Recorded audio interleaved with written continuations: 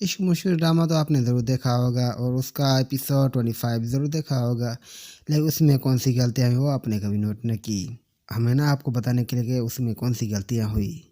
लेकिन उससे पहले हम आपसे ये कहना चाहते हैं, ये वीडियो जस्ट इंटरटेनमेंट के लिए बनाई जाए, ना कि किसी को गलत साबित करने के लिए। इस सीन में देखा जा सकता है कि इस अंकल के हाथ में वॉच पहनी हुई है, लेकिन दूसरे सीन में आप देखेंगे इसके हाथ में वॉच गायब हो जाती है। लेकिन फिर से इस तीसरे सीन में देखा जा सकता है इस अंकल के हाथ में फिर से वॉच आ जाती है। अब ये जो अंकल है, इसके अंकल के कोट की जेब में कुछ भी नहीं है। जैसे ही कैमरा एंगल चेंज हो जाता है तो इस अंकल की जेब में रुमाल आ जाता है।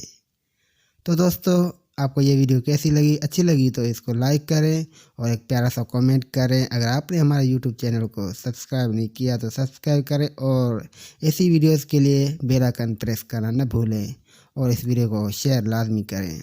Thanks for watching this video. अल्लाह हाफिज़।